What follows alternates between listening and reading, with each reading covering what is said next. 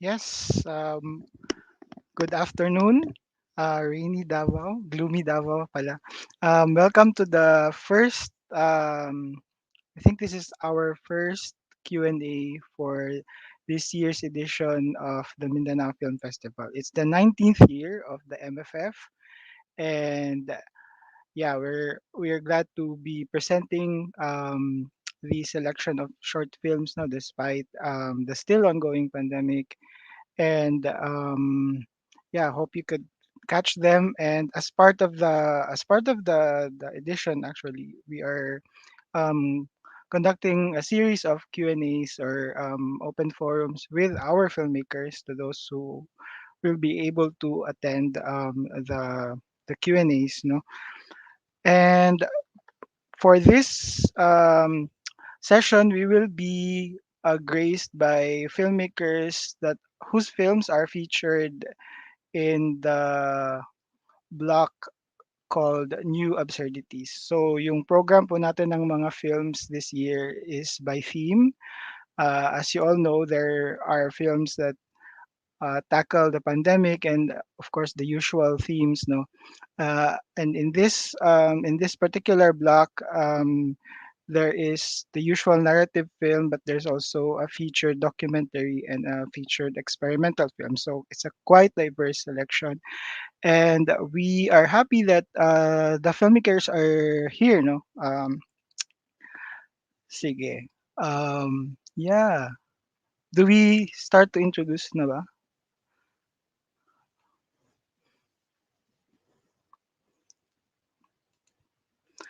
Okay.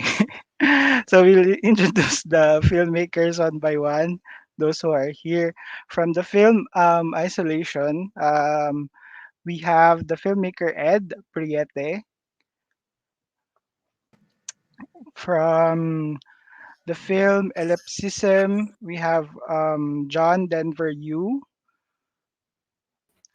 For the film Death of a Filipino Praetorian Guard, we have Nikko Martinez.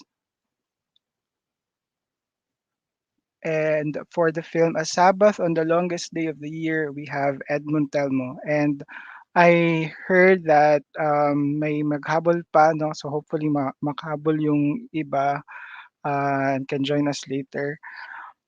Sige.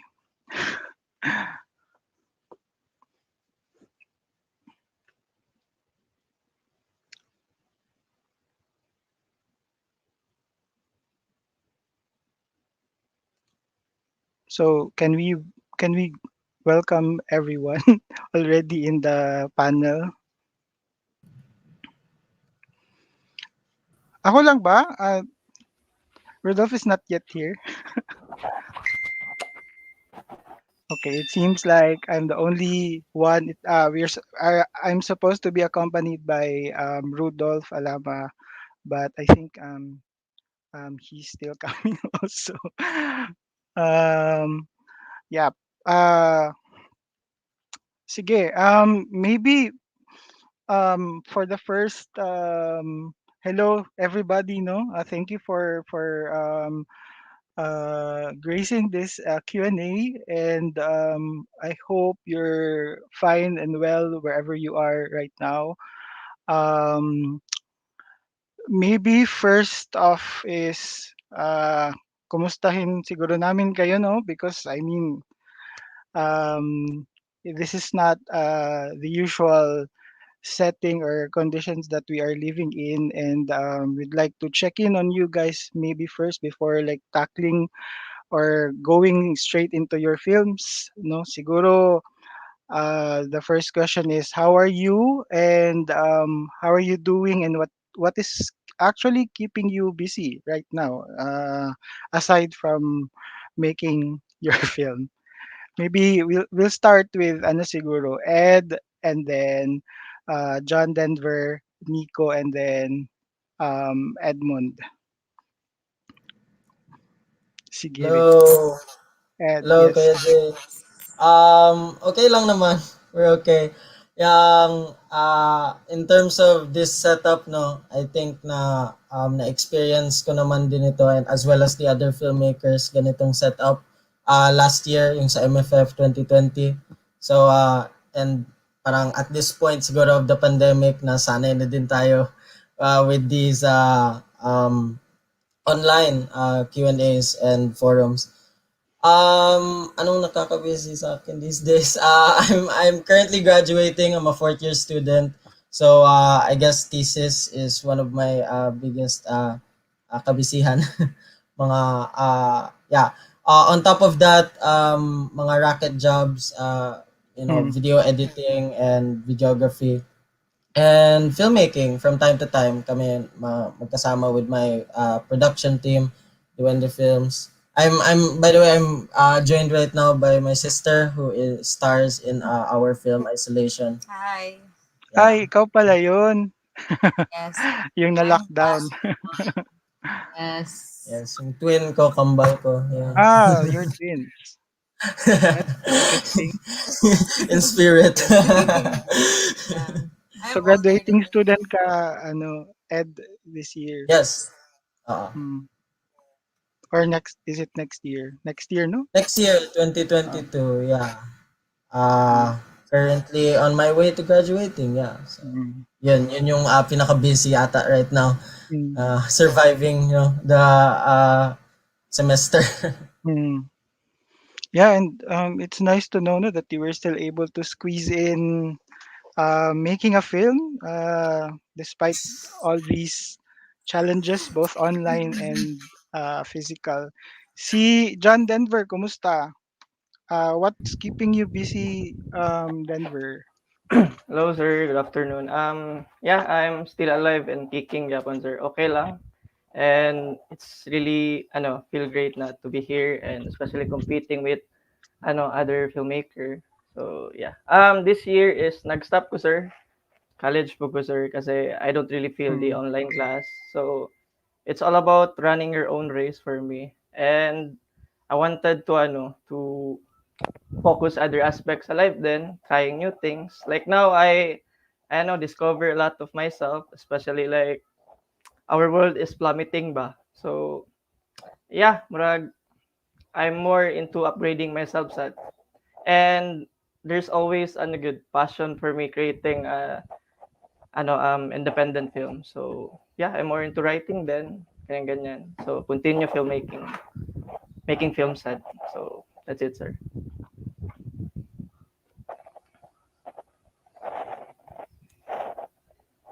sige, thank you, Thank you, sir. John. No, sige. Sino next? Si Nico. Sige, Nick. Tell us what's keeping you busy. What have you been doing for the past year or past 2 years since we went into the pandemic? Well, I'd like to greet everybody. Wonderful afternoon. And what's keeping me busy one of these days is probably the reading and watching films. It's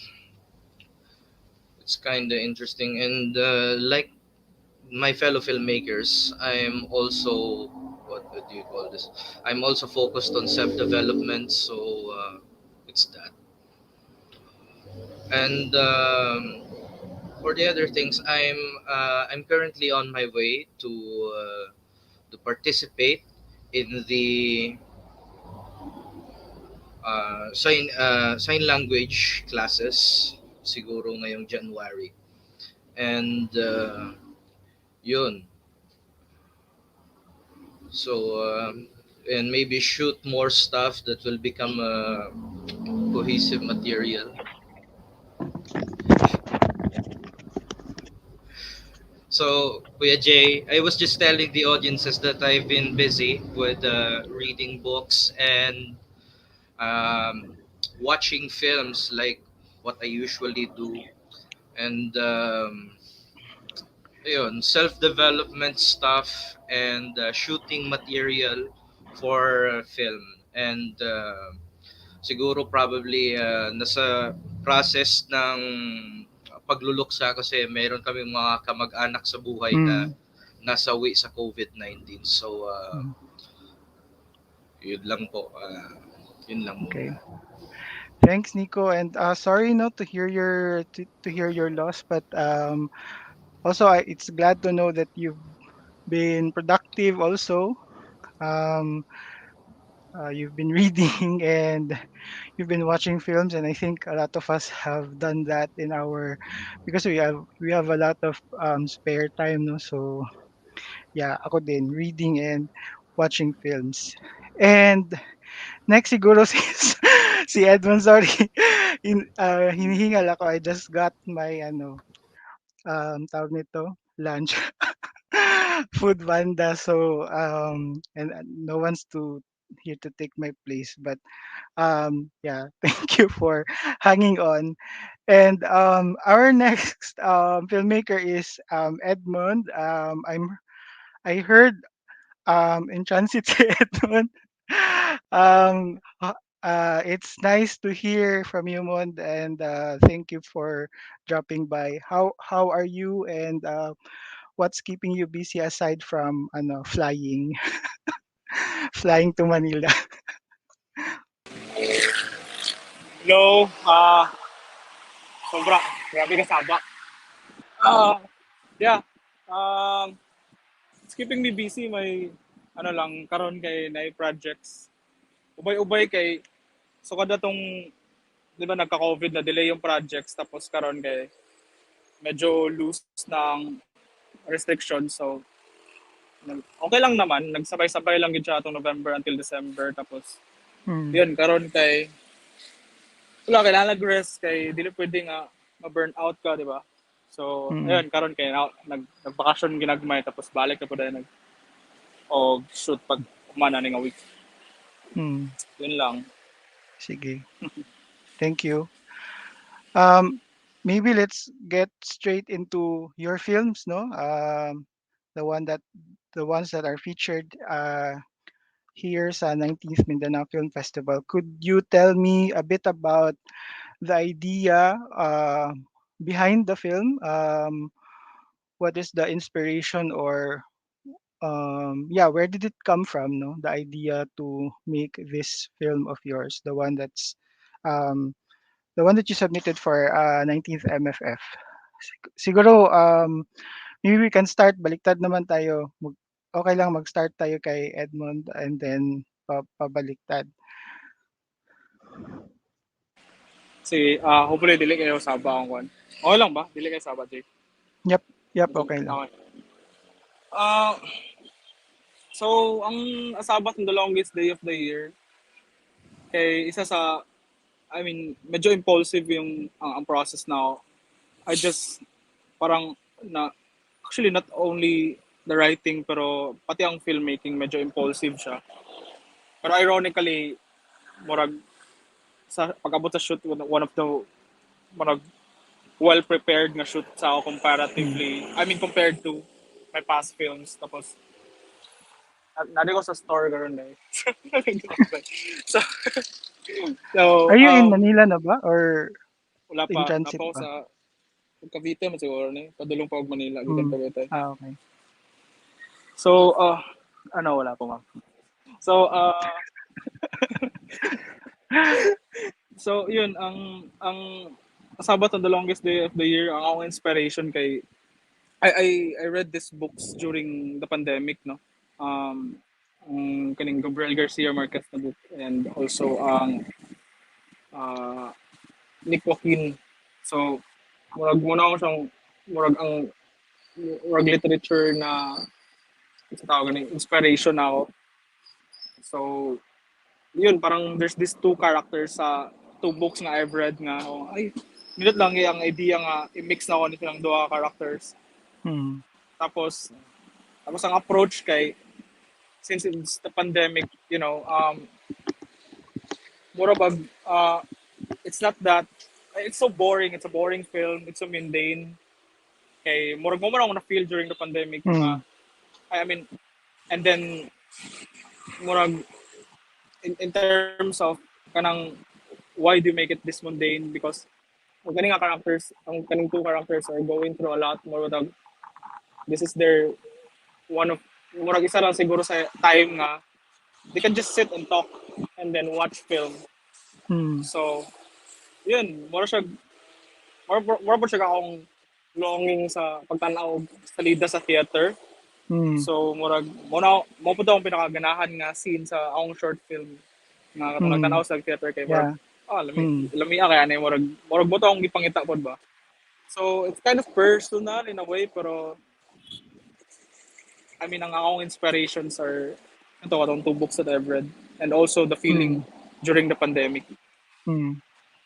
Yun. Since you mentioned already the pandemic, no, and as a filmmaker, conscious ba ang decision, creative or otherwise, to respond to the current situation, which is the pandemic, or is this something na ang pagbuhat sa film that relates to the pandemic, whether directly or indirectly, something that comes organically as a filmmaker, or naabay ka ng, yeah, naabay certain kind of weight or kanang feeling that there's a need to respond to this phenomena of COVID-19 or pandemic para sa imo ha to be able to make such a film. Yeah, a very good question na Pat.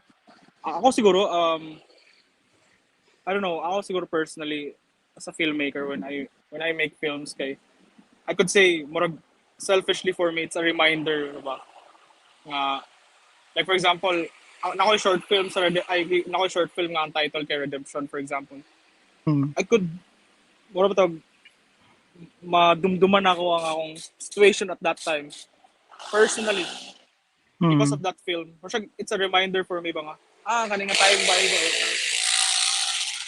like kaninga time ba kay mo ni akong giagian, and then 2021 kaninga time ba kay mo ni akong giagian. Mm. So same with kaninga short film kaninga Sabbath on the longest day of the year. I Mm. could say nga kato nga I mean kaninga time during I made it, siguro ang answer nako is just came organically nga Mm. it's a response to the pandemic in a way, Mm. but also kind of a resistance. Mm. Kay during the pandemic, we obviously can't watch theater physically. Mm. And then, one of my statement is, ano sa ganito, like, theater is still alive, or Mm. will live again, or something like that. Mm. Because I'm longing for it personally, hopefully. I'm Mm. hopeful bang it will come back to its feet. Mm. So, yun, it just comes Mm. organically siguro sa ako. Not only Mm. this film, pero every time I make a film, I write a film, there's this, yun, kanang I make it for me to remind nga who I was at that time. Mm. Yeah. Thanks man. Yeah. Yeah. Before we proceed to Nico, let us welcome, andito na si Rudolph finally. Hi Dolph. Hello, hello.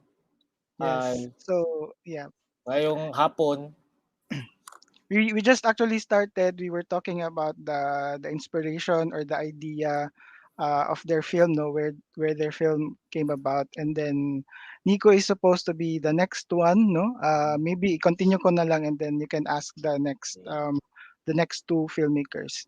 So si Nico, please correct me if I'm wrong, Nika, but am I right in saying that this film actually was started even before the pandemic pa, no? So, or Opo. is it a continuing nag-continue ba siya, nag-continue ka ba gawa nito during the pandemic? And yun, where did the idea of this film started? Kasi I think sa lahat ng entries, isa ito sa pinaka um iba. I should say iba because first of all, it's not a narrative film, it's an experimental film. What was your thinking process during that time that you were making this film? Well, matagal na kasi na panahon na gusto ko nang makagawa ng pelikula, and then during the pandemic, kagaya nga ng experience nating lahat, hindi na tayo nakapupunta sa mga sinehan physically. So, most of Western writers say that cinema is dead. So, looking back through what I've read, um, I came across with the idea of road shows back in the day. So road shows in the 1950s, 60s, and it stopped around 70s. So what if I created a road show na pwedeng ipakita sa mga film festivals? So ayun. So I shot the bulk of the footage 2019 and then hanggang sa kasalukuyan, and every day nagsushoot ako. And this is just the first film of the Untitled trilogy. So there will be three films about death, and hopefully in the future there will be an art installation that will be 24 minutes long. And then patuloy lang talaga ako na gumagawa ng pelikula. So Mm. what was my thinking process? Well, sabi ko yung meme na what inspired you to make the film? I would say what inspired me to make the film was the deadline, because I wanted to show it to other people as well. So it's a constant process. And then back then, yung pumunta si Tatay Kidlat tahimik sa Davao, and I was really influenced on his type of films. So it's more of cinema of feeling, kagaya nung binabanggit ni Christopher Nolan. And then you just have to feel cinema, because one thing na nawala sa atin during the pandemic is the feeling of being in cinemas. So that leads to other writers, some writers especially in the West, to proclaim the death of cinema. So I wanted to prove them wrong and say that cinema is still alive, and the cinematic experience is still there. Sige, thank you, Nick. Also, one thing siguro na nakakatch ng attention ko is yung title. Can you, I don't know, maybe explain to us the choice of the title, or it's also all right if you don't want to explain too much, but if you Pang want, Roman siya, no? Roman oh, something na yeah, Praetorian. oh, Well, on the Film Freeway page, ang ang sa akin is I've always been fond of history. So sabi ko, kaya ako unang tinawag na untitled, tapos isumpire na ako ang title na or the death of a Filipino Praetorian guard. Kay ano man siya. Anang I think it's cool. It sounds cool. So Praetorian Guards, kung sa panahon natin, ang katumbas nito is mga PSG, mga Presidential Security Guard. And it's kind of the thing that this is kind of a fever dream in some sense of a guy who lived in the first, second century. And ito yung nakikita niya. This is what he is. So this is what he feels. So what he feels or what he's trying to be in this place. Nawala ata, nawala si disconnect Nico. si Praetorian Guard. Praetorian Guard na disconnect. Sige, maybe we can come back to Nico and talk Si, first si, to si Edmund, he has to go. Babiyahe pa daw si Yeah. Edmund. May tanong sana ako sa kanya na sa kanya visuals. Why is black and white? Oh, I don't know if he's still here. Wala na yata. si Ed. Hello. I think nakalakaw na si Edmund, no? Si Ed. Sige, ano na lang, let's talk with Ed first, no, regarding his film. Obviously very, very pandemic themed siya. So yun, where did the idea come from na to tackle the pandemic in your film and in such a way na ganitong klaseng narrative siya? Well, I would say no, like heavily based ang film on our own experience, no. Because back in September, na COVID facility kami ng ate ko. We were lucky since we could share the room together, and you know, pero despite having each other during those moments, kaya we couldn't help but feel anxious and very sometimes even depressed about our situation. So I guess to keep sane in that environment, I talked to my sister one day. Sabi ko sa kanya na gawa tayo film. This is while we were very sick. So there was no makeup, no special effects. That was actual sweat from COVID. Yeah, tapos wala kaming camera nun kasi alangan, like, I didn't expect na gagawa ako ng film in isolation, no? So, like, ginamit ko lang yung phone ko. So, yun, like, we just kind of used our experience, ang feeling namin of isolation and, like, yung slow, parang decline ng aming mental health during that situation to, like, add to the essence of the film. And on top of that, no, being away from our families, perhaps yun yung pinaka biggest point and experience and emotional connection na add namin doon sa film, being in that situation na away kami from our family and friends for 2 weeks. So there was that longingness ba na we wanted to capture sa film. Of course naman, there's elements of horror and psychological thrillers sa film. No? I guess that was like, I'm really into psychological thrillers, mga good, and like subtle horrors ba. Yun na genre.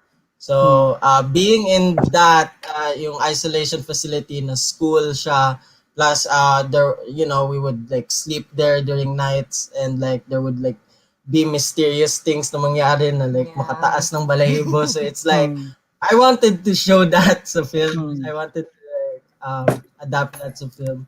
So yun, I guess yun yung biggest inspiration namin. Yeah. I think yun, isa din sa mga nagustuhan ko kasi it very much speaks of the experience nga, yun nga, and kaya siya, it feels authentic because yun nga, yun pala, we found out today na it's really based on your experience, no, of being quarantined and being locked down. And yun, itatanong ko na sana yung about sa psychological horror aspect nito, but then na-answer mo na siya, no? So yun. Ikaw, Dolph, do you have follow-up question to Kumusta na kayo sa na COVID kayo, or you were just isolated because F1 or F2 ba yan? Yeah, na positive kami dalawa. Kumusta na kayo? We were How are lucky you? we were lucky during that time kasi kami lang dalawa sa bahay here. So yun, wala namang nahawaan na family or friends namin. It was just the two of us. And yun, as protocol calls it, no, we have to stay at an isolation facility for 2 weeks. Yeah. Tapos we kind of didn't have a choice noon. So we packed everything in one night. Tapos kinuha kami, so we had to stay there. Buti na lang we had our phones, our laptops to like keep us company. Because we had a lot of friends and family naman who were supporting us during that time and like giving medicine and food. Yeah. Pero yun nga, it's Dito ka- very weird ang feeling. Kasi it also happened on my birthday. Right, yes. Depressing. Like, we were trying to make the most out of a terrible situation. Her birthday is on September 6th. Tapos she got na positive siya on the same day. Yeah. Tapos kinuha kami September 7, so we had to stay there until September 20. Yun. Tapos biglaan din siya na like they called us at night. We thought it's okay to stay at home. But then biglaan sila nasabi na kailangan talaga kayo dalhin sa facility. So it was a fast packing, sad moment. Tapos supposed to be ako lang yung kunin nila. Tapos na-imagine ko na like me in an isolation facility on my own. Tapos my sister pa was showing symptoms na here at the house. So I told them na like kunin nyo na kami dalawa. Buti na lang din nag-agree sila. So yun. I can't imagine being in that situation on my own. Like the mental struggle was big enough as it is. Tapos kung ako pa nag-isa sa room, so yun, yun siguro yung parang message na pinapakita ko sa film, like yung people in isolation because of quarantine and because of COVID, like we have to imagine what that's like for them. very very um, tawag dito, it fascinates me that kasi I've also seen a lot of films that were produced during the pandemic from filmmakers who were in quarantine, pero yung immediate parang the immediate thought that would come or approach that would come to them is parang to just to document their lives no in the quarantine facility, pero ibang level yung mag-conceptualize ka pa ng narrative Mm. film. And I guess it works because yun nga, I don't know how yung psychological tension or psychological anxiety, yung anxieties mo and yeah, yung psychological impact ng pandemic would translate well in a documentary format. Siguro yun nga, you have to tell the story in a narrative fiction way and try to make the best out of the limited devices that you have no during the quarantine. And I think well, that's a very commendable effort. So yun. Um, I si guess ano, lahat naman yeah. ng filmmakers no may story to tell naman tayo and yun yung gitry namin gawa with this film and yung for a long time ang good din yung because of COVID ba art just suddenly stopped tapos nawala ng gana na mag Mm, make ng films. Ako mm, especially I went through that. So like being in that situation parang yun ata yung last straw na nakapapush sa mm, akin na okay it's time mm, make your mm, film share your mm, story. That's yun. So yun. mm. Yeah, thank you. Sige. Before we proceed to John Denver, you want to read this Oo, kasi yung question mo to kay oo, kay yung Edmund. sabi ko bakit na black and white, it was according to Edmund, kasi mahina internet so nag-type in na lang siya. It was a conscious decision to make the film black and white. For one, the setting of the story is in the past. Second, I felt like watching films inside the cinema was long, long time ago Mm, na. mm, O, tama. Parang siguro yung 19 kupong-kupong pa siya mm, yung pa-feeling natin no mm, na yung because of this pandemic 19 kupong-kupong pa ang last natin mm, panood ng film parang na mm, yung time yung distance ng time yung length of time na mm, how we feel na ganun tayo kalayo na nakanood ng movie sa isang sinihan. mm, I hope na yun balik na I think we're slowly getting back with some of the cinemas slowly mm, opening. yeah. And yun kanina parang Edmund was talking about yung if ma-remember mo yung scene sa theater nanonood yung dalawang babae. Isa daw yun sa Mm. mga favorite scenes niya kasi yun nga yung na-miss na niya na pumunta ng sinehan na para manood ng Alam mo, movie. last ko punta sinihan Jay, itinurukan ako first dose. No, it was Sa not loob to ng watch sinehan? movie but kami ni rap meeting but to be vaccinated. So, yun. Sa loob ng sinehan yung Lord, vaccination? Cinema 1 ng SM Ecoland. Hmm. So, yun. So, instead naman kasi you're just waiting to be vaccinated. So, I hope na pagpasok ko next booster. I mean, booster. Yung manood na talaga ako ng movie. Kasi iba talaga experience ng, of course, movie house. Yeah. Sige. We still have one more filmmaker, si John Denver, John no, Denver. who is yet to tell us naman the idea behind his film. Because in a way, I think parang experimental din yung ano no, yung ellipsism. It doesn't really say a lot in terms of dialogue.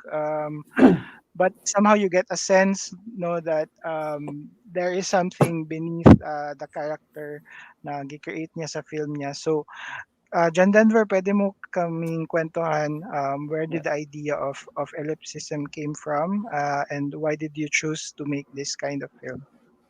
Yes, first thing foremost, I just wanted to say na filming in this time of pandemic, it's very hard kasi I endured the challenges of filmmaking amidst the restrictions, ganon. And to be Mm, honest, by creating this film is parang I don't have ano talaga, I don't have the process talaga, the full process. We shoot it in just one day, ganyan. Mm. And in my film, specifically the title Ellipsism. Ellipsism is ano parang extreme sadness, and I just wanted to make Mm. a film na kumbaga because of sadness there is always a cinema, because of sadness there is always a music, and because of sadness there is a level of understanding to ourselves. So that's what I really want to bring in my story, in my cinema. So in my it's just very different, dark and experimental. And I wanted to make people to see deeply kasi iba-iba yung taste ng cinema ng ng audience and ng tao eh. So I wanted to see them, the desire to see something, and I don't really parang iba yung methodological na ginagamit ko in my own process. And as a writer kasi I always connect myself to reality. Ganon. And it speaks volume talaga, especially with this pandemic. I feel mixed emotions. I feel differently. So, Mm. pag bigyan mo lang ako ng paper, I always make a stories eh. And then, yeah, I always ask if may katuturan ba yung film ko, if tama ba to, ganyan. And at the end of the day, it's all about freedom eh. Parang it's about freedom of my art. And yeah, we all walk talaga. In my film, I hope it will be a channel for hope kasi it's about it's about a wound or certain emotions. And Mm. yeah, like we all deal with pain differently, and I hope it is a Mm. voice for them. It will speak directly to those individuals who struggle to find themselves. Parang wholesome na siya na pain. Mm. So yeah, that's my film all about. Mm. That's it, sir. Yep. Thank you, John Denver. Thank you, Um, sir. ayun, may Congrats, John. message tayo from your friend Andrew. Ah, I don't know kung makita mo, but it's Di in the makita, sir. screen. Yeah. Yun. Congrats daw, sabi ni Andrew Conte. Hi, Drew. Nandyan ka pala. Thanks, bro. You're watching. Baka may question ka for all our filmmakers, Dolph, na, yep. okay, I've noticed na yung mga kuan Jay, I ang una kong question is for you, no? Many years from now, kasi 'di ba yung mga hindi ko alam kung pandemic films ba to na Hmm. parang do you see na many from years from now na this would be some sort na parang class of cinema or genre yung alam mo yung Genre. pandemic yung because based sa pandemic ng mga pelikula Hmm. or hindi ba genre or style or something na do you see that Siguro, you will be lumping this into some yeah. class or Hmm. genre or style of Yeah. I think maganda siya na discussion, no? Kasi the last time we experienced this kind of parang pandemic, parang hindi pa man siguro tayo, mm, we were not born yet, no? And cinema wasn't that mainstreamed or popular yet, no? So may mga kinds of art that flourished after the pandemic siguro, or kahit na anong situation na parang tragic, no? For example, yung World Wars, World War One and World War Two, after nun, um, yung mga kind of movies siguro na na-produce were parang yun mainstream escapist because they want to escape escape from the trauma. tragic trauma or tragic realities of war. But sa nakikita natin ngayon, for example, sa experience nating lahat globally sa pandemic, ang iba nagre-respond talaga directly, 'di ba, by making films that directly speak about their experiences sa Like Ed, pandemic, no? like Ed. Pero meron din naman na um, indirectly or subtly na trying to infuse the feeling of going through the pandemic in their cinemas, in their kinds of films that they produce.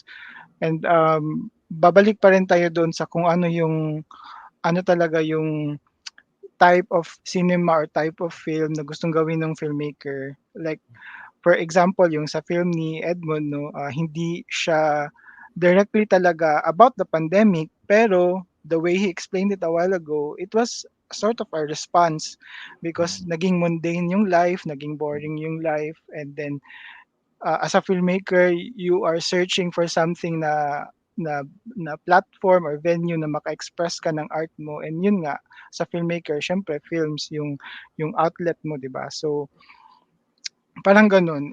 Siguro hindi siya maging genre, but because it's still happening man gud, no, and maybe in the next year makakita pa tayo ng mga similarly themed films that talk about the pandemic in a non-direct way.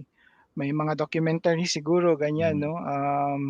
Depende siguro depende siguro sa response. I think siguro as we find more cure and people get better, siguro slowly we deal with the situation and look back at these films na parang chronicle siya, no, parang naging Mm. diary ng ating Yeah. experience. So isa sa mga meron akong nakita na documentary na from China.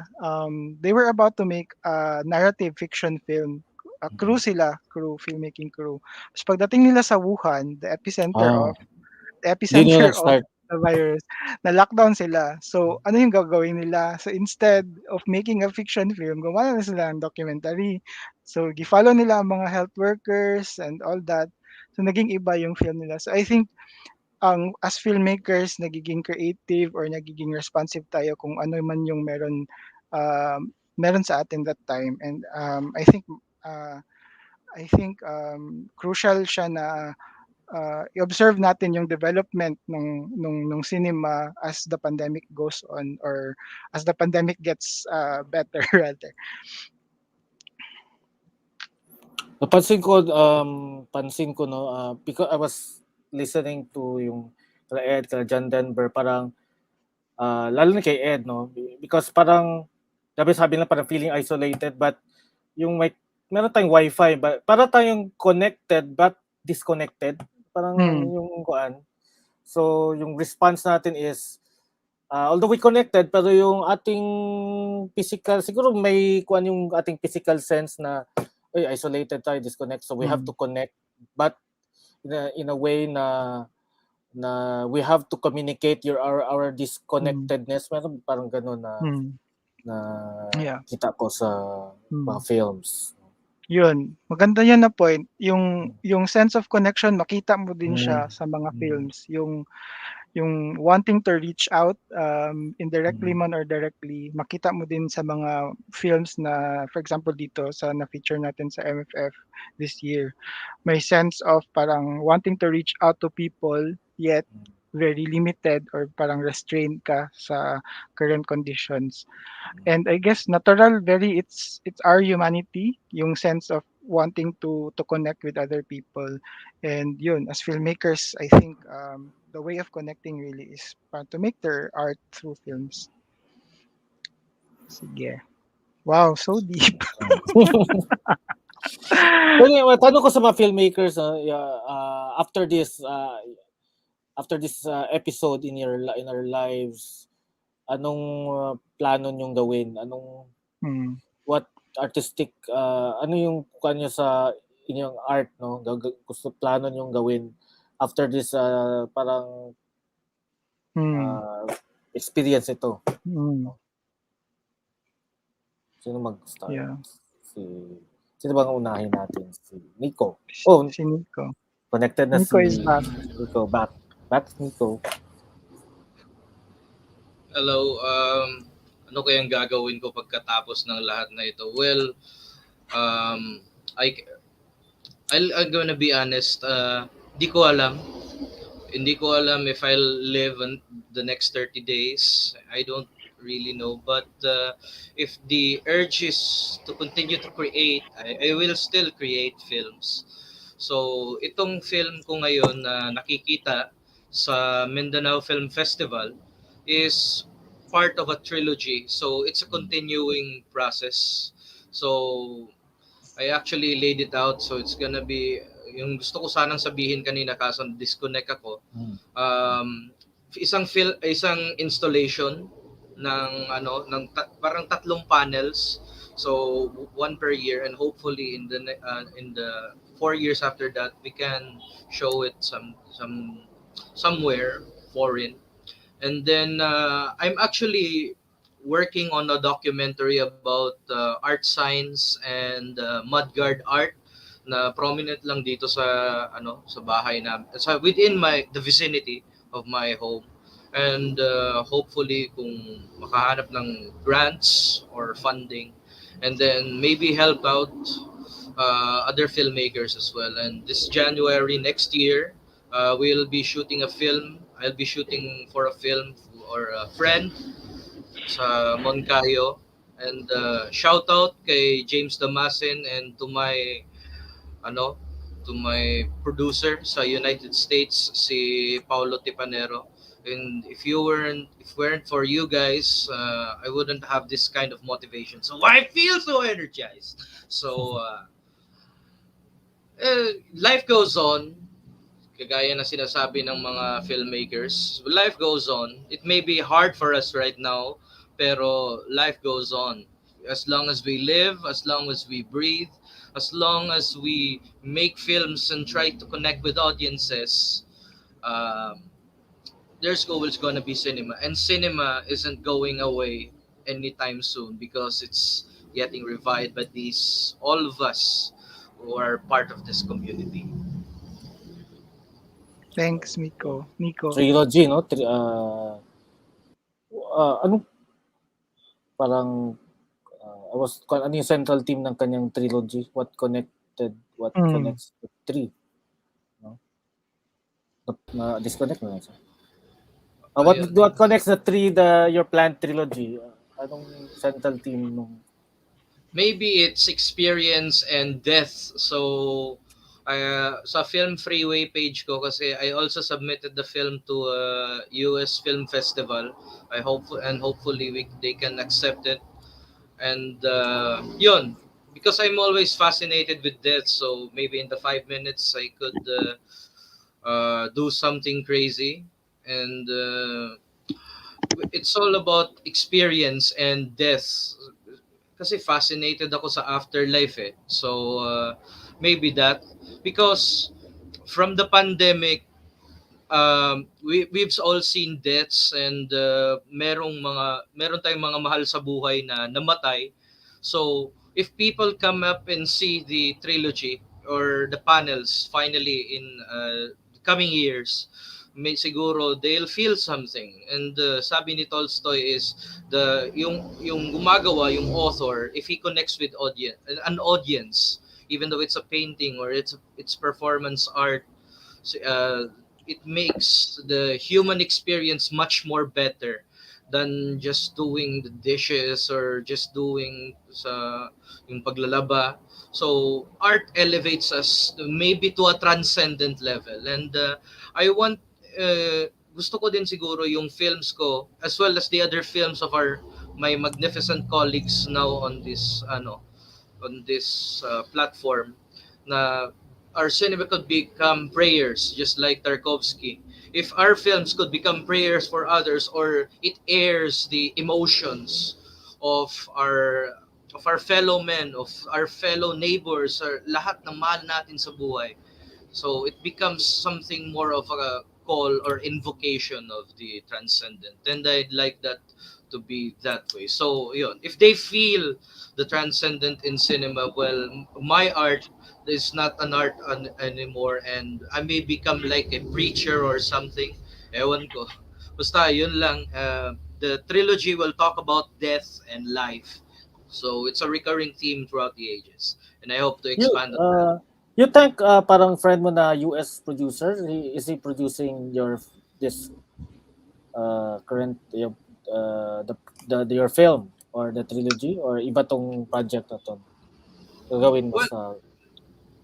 Well, itong kaibigan ko, actually taga Davao siya, nakatira sa Lanang, and kaso yung family niya nasa United States, and nagkakilala kami sa isang screening sa Cinematheque Center. And it really, sabi niya, gawa ka ng film and I'll just fund it, man. So ayun. So salamat naman sa kanya. I had funds to torture my editor, because that's what I always do with my editors. I always torture them for 3 days without food or shelter. Joke lang. Um, yun. Kasi ang hirap talaga, wala lalo na kapag walang financial stability in this time. So alam niya na yung ideas behind the film. So connection, life, and death. So he'll support me throughout the way, and maybe soon, kung papala rin, itong film namin is matatanggap sa US. So we'll be presenting the film there. Sana all no, may friend na mag-produce din sa atin. Pero I'm curious with things with experimental films. How do you pitch it or how do you sell it? Because it's a hard sell, diba? I mean, experimental films are not pitched in a way mainstream films are. Oh, because mainstream films or films that are have a narrative structure, no, na hindi experimental, they're kind of easy to pitch Critic. or O, sell saka i-critic ka pa because niyan, di ba? yeah, because they know what they will expect, no? Even yung mga independent films na tinatawag natin na art house films from Cannes, from Venice, and whatever film festival in Europe, kahit art house yan, the way it's pitched, it's parang may story pa rin, may background pa rin siya. And that's the way to get producers really interested in your film. So I'm curious, Anik, because you have gone the path of experimental film, well, at least for this film, how do you actually pitch it, no, to that producer friend of yours and made him say yes, okay, I'm interested, I'm listening.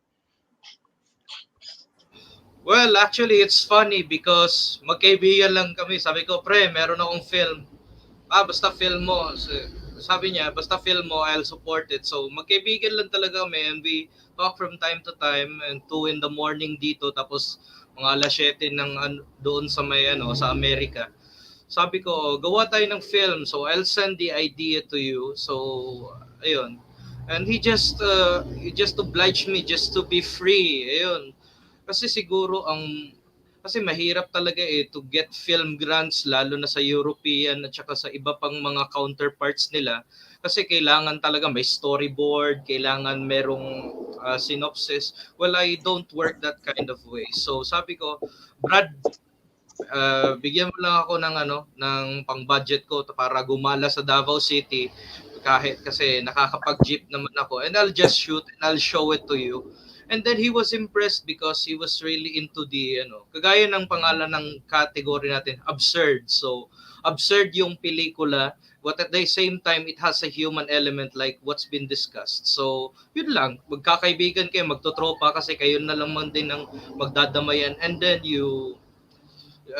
and I had really the freedom to create. So sabi ko, 24 minutes, it's just gonna be a montage of everything that I see that's being kagaya ng mga objects. Halimbawa, itong phone, ito kasi yung ginamit ko for for shooting films.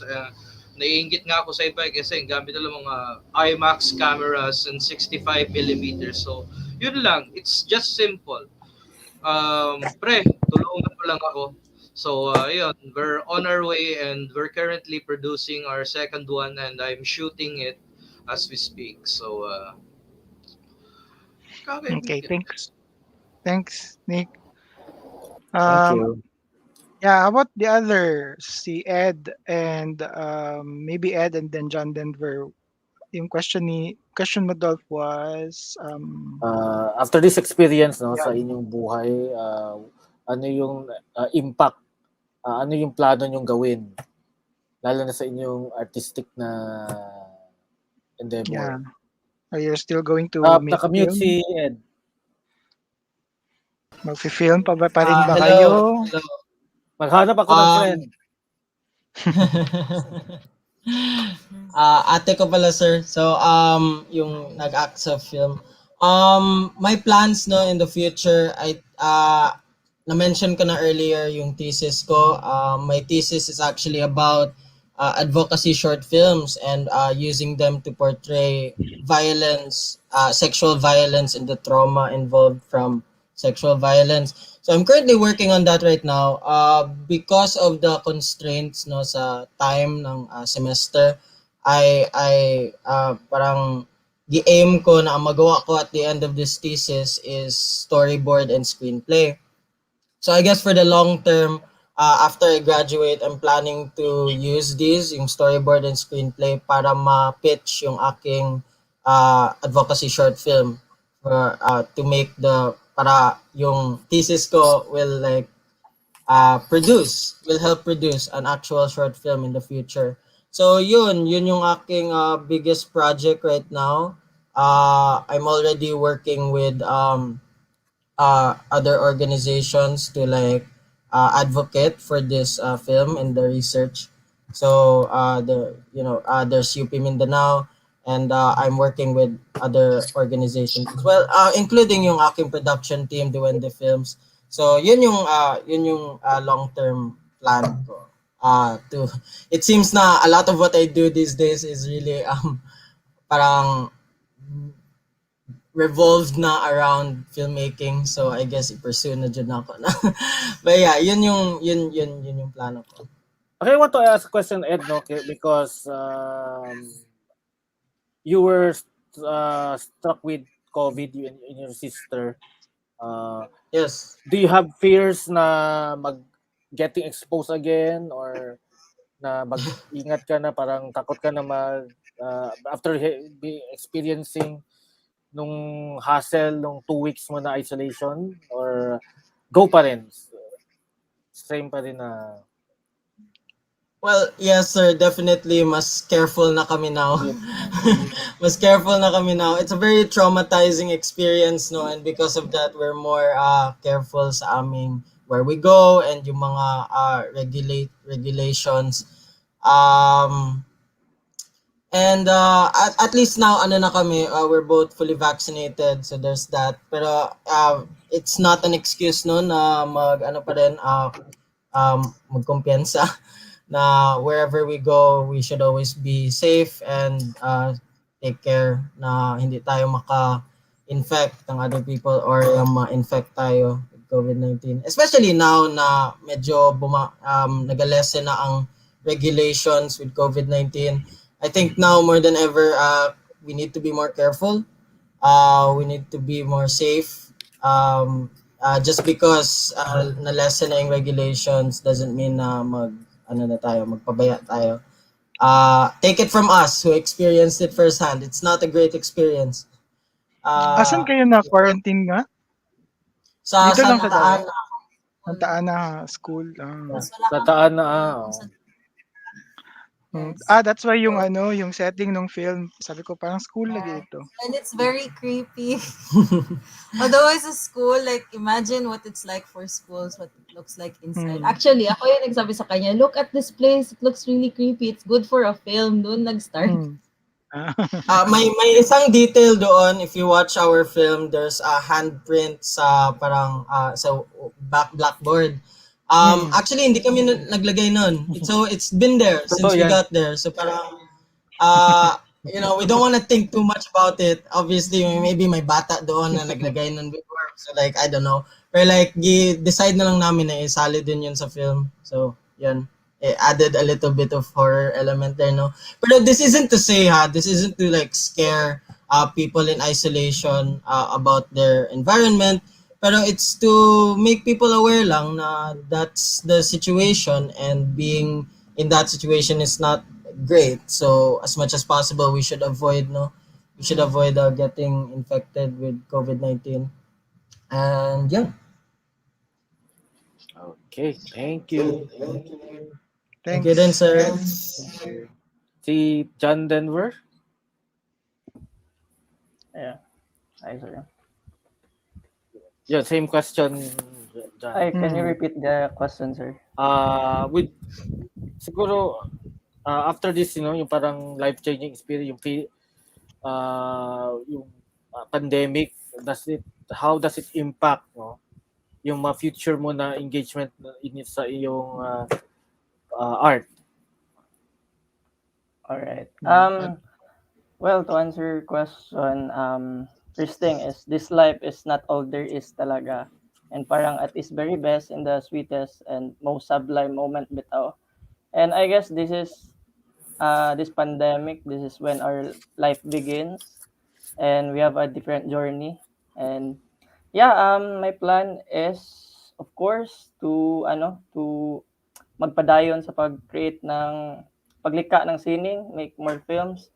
And I have upcoming films naman and I really want talaga to collaborate with other artists and that's what I really want this. And as a filmmaker, it's always for me the freedom and parang matawag niyan. I'm also open with the freedom with filmmaking and cinema. So yeah, because with this kind of freedom, I create my own identity and my vision talaga, and that's really great as an artist. And that's it. More on discovery and experience, and yeah, life is tough then talaga. So it's more positivity then. So yeah, that's it. yeah, thanks, John Thank you. Denver, for that Hopeful. Thank you, breath sir. of inspiration. And it's good to know, no, that from our younger filmmakers na there's still that drive and motivation to continue and pursue making films despite the setback that was the pandemic or that is the pandemic.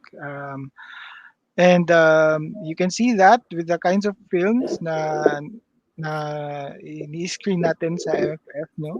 A lot of them talk or tackle the pandemic. And it's really an expression, collective expression of the young filmmakers about the current times that we live in. So, yep, Dolph, you still have a last question. Wala na akong matanong, no? Yeah, maybe ano na lang siguro, we ask them to invite the audience, their friends to watch their film in the 19th MFF, and yeah, but message, I guess, final message and invitation. Sige, mag-start tayo kay Nico. Nico. Uy, parang ako yung ano, pagtripan. So, uh, hello there, fellow human beings. I'd like to invite all of you to watch our film, Death of a Filipino Praetorian Guard, which is a WTF film. And we hope you feel and connect as well as the other great films that are programmed for today's, no, not today, this This week. year's this year's edition of the Mindanao Film Festival. Ang dami pong magagandang pelikula na pwede ninyong mapanood at sana suportahan ninyo ang mga films ng mga local filmmakers as well as yung mga kabilang sa exhibition films. So that's it, everybody, and I hope you all stay safe and keep on passing kindness to one another. Love, Nico. Thank you, Thank you, Nick. Nico. Si Ed and her sister. Okay. Tayo Oh, na? Okay. yay! Hi to all our friends and to everyone who's watching, friends, family. We invite you to watch all the films here, and it's all very creative. Support local. Help all creatives in their endeavors sa kanilang mga films. You will enjoy kasi ma-feel nyo din siya kasi makarelate. So, yeah, continue to help your local creatives. Yeah, and so go check out Mindanao Film Festival and their Facebook and YouTube pages. And you can also check out our team, the Wende Films, official Facebook page namin. And yeah, keep supporting local film. Okay, thank you, Ed. Lastly, we Si have John John Denver. Denver. I would like to greet you all very warmly talaga, and please support us and watch the other films, exciting films around the world, and discover the different films and imagine the world. So yeah, I hope you watch our film and the other films talaga. So thank you all. See ya. Okay, that's it. Thank you to Yes. our guests, our panelists, the filmmakers themselves of this the first block. Films the filmmakers featured include kanina nakasama natin si Edmund Si from Edmund. Sabbath. Wait, ang taas ng title. Kaso, The Longest Sabbath, ano yun? A Sabbath of the The longest Longest, day. On the longest day of the year, yun. uh, We have Nikko. Ang haba pala ng title well, the ng block death na of, ito. ano yun? So, Death of a The Filipino Philippine Praetorian Praetorian Guard. Guard. John Denver, Ellipsism, Ed Priete, Isolation. And hindi natin nakasama si Ana Miguel Cervantes, no, but her Mm. film is also included in this block. It's called Yeah. Mga Gipaambit Gikan sa Tubig. It's a documentary about the rivers Rivers surrounding of Mindanao. Mindanao. And hindi din natin nakasama pala si Jermaine Tulbo, yung kanyang Ah, film The Transfiguration of version.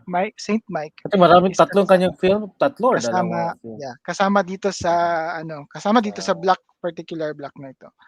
So once again, thank you for watching this Q&A. I think this will still be played naman sa YouTube channel. You can watch it. Yeah, youtube.com/Mindanao Film Festival, and all the other films featured in the competition, exhibition, and the foreign lineup are all there in the YouTube channel. So check them out. They're already up, uh, up, up there, uploaded Uploaded. for you to see. Yeah, yeah. So see you again, I guess, later for another round of Q&A. Q&A. Okay, the 19th Mindanao Film Festival is an accredited event of the 2021 Davao Pasko Fiesta, and there will be a spin-off event on December 24th to January 8th, Metro Davao Family Short Film Festival, featuring family-oriented Christmas themed films which were entered in the past Mindanao Film Festival. Daghang salamat, Jay, and to our panelists, mga filmmakers. Again, let us keep supporting our cinema, Mindanao Film Fest, the 19th Mindanao Film Festival, December 6 to 13. Daghang salamat. Good afternoon.